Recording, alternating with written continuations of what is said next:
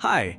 In this video, I'm going to show you how to install GCam 9.6 on your Huawei Y9 Prime.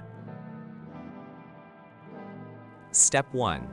Tap the first link in the description to open the article. Step 2. Scroll to the download section and download the GCam APK file. Step 3. Follow the How to Install guide for step-by-step instructions. A video guide is also available.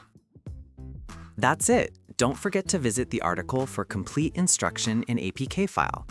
Lastly, here's some GCam versus stock camera app comparison.